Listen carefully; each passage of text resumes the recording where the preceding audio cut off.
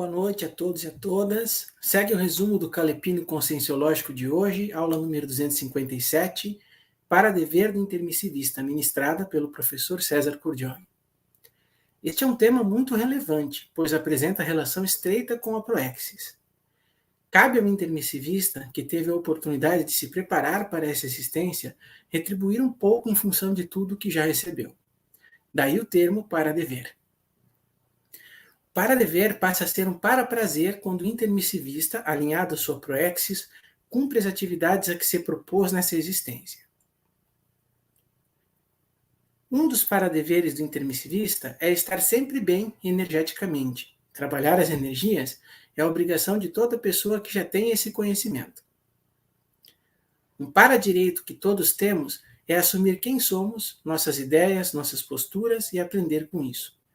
Em contrapartida, temos o para-dever de respeitar todos nas suas ideias e decisões.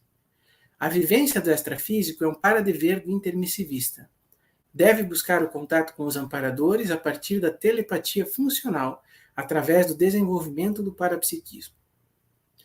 É importante buscar tornar-se um pesquisador independente ou autopesquisador conscienciológico, através do autodidatismo como caminho para o desenvolvimento evolutivo e autônomo. O pesquisador independente se aprofunda nas suas pesquisas e estudos, sobretudo de si mesmo, e não busca agradar a todos, mas se posiciona cada vez mais assertivamente com cosmoética. Admitir a autoproexis e buscar a sua consecução dentro de um planejamento de curto, médio e longo prazo. Adotar sempre a transparência como forma de manifestação, adotar a glasnost sem medo, suportando as incompreensões advindas dessa postura. Tomar cuidado com o processo de dispersão consciencial, buscar um equilíbrio entre o trabalho e o lazer, mas evitar desviar-se com questões e atividades que tirem da rota proexológica a ser cumprida. Observar os cuidados com o soma, em todos os aspectos. Em relação à carga horária do sono, é importante respeitar a necessidade biológica de cada um.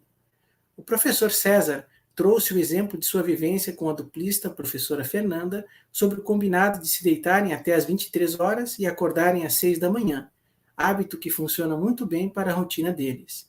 Evitar atividades agitadas ou estimulantes à noite também ajuda a melhorar a qualidade do sono. Os deveres libertam. Quando puxamos a responsabilidade para nós, em função da lucidez que já oferimos, a sensação é de libertação. Por exemplo, buscar assistir aquele parente ou pessoa de difícil convívio e com certo grau de atrito, visando amenizar a situação. O dever de fazer o autoenfrentamento, as reciclagens intraconscienciais, é um benefício a si mesmo. Ao observar o saldo advindo dessas ações, tem-se a sensação de liberdade e felicidade que esse caminho oferece. A questão do locus minoris resistente é um gargalo que precisa ser considerado. Qual é o ponto fraco ou quais são os pontos fracos que abrem brechas para os desvios? Geralmente são questões mal resolvidas que envolvem dinheiro, poder ou sexo. O medo e os caprichos pessoais também são trafares que podem desviar da rota. Nem todo intermissivista acha o seu caminho proexológico. Até mesmo o intermissivista nato pode se perder pelos caminhos da apagogia da Socin. Segundo o professor Valdo, na década de 90, cerca de 1/4 dos intermissivistas não chegavam à conscienciologia.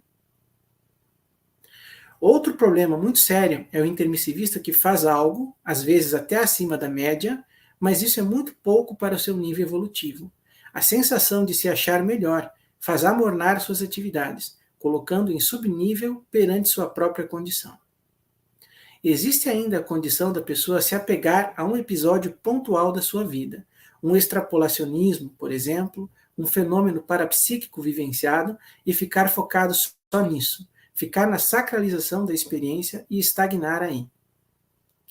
Apesar de todas as problemáticas do momento atual do nosso planeta, em plena era das reurbanizações, o intermissivista tem em suas mãos uma oportunidade ímpar nessa vida, o equivalente a 15 existências físicas anteriores, segundo o professor Valdo. Há que se considerar as diferenças das obrigações evolutivas. O intermissivista, mesmo estando com a faca e o queijo na mão, quando não cumpre aquilo que se propôs nessa existência, vai passar aperto nas próximas. provavelmente não terá uma condição tão favorável como essa que desperdiçou.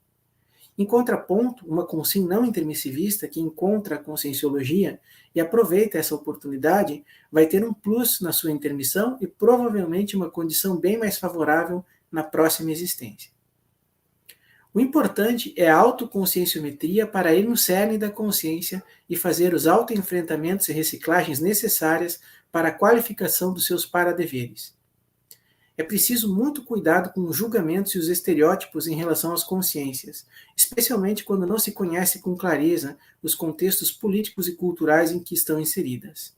Algumas hipóteses de consciências infiltradas cosmoeticamente foram aventadas durante o debate de hoje, tendo sido mencionados o presidente da Ucrânia e o atual sultão de Omã. É importante salientar que existem diferentes níveis de cursos intermissivos, dos níveis mais básicos aos mais avançados. Começamos como alunos, mas podemos ser, um dia, professores de curso intermissivo. Uma única ideia, bem colocada, no momento certo, da maneira certa, com as pessoas certas, pode gerar um impacto tão grande a ponto de mudar o curso da evolução pessoal ou grupal, elevando a um outro nível.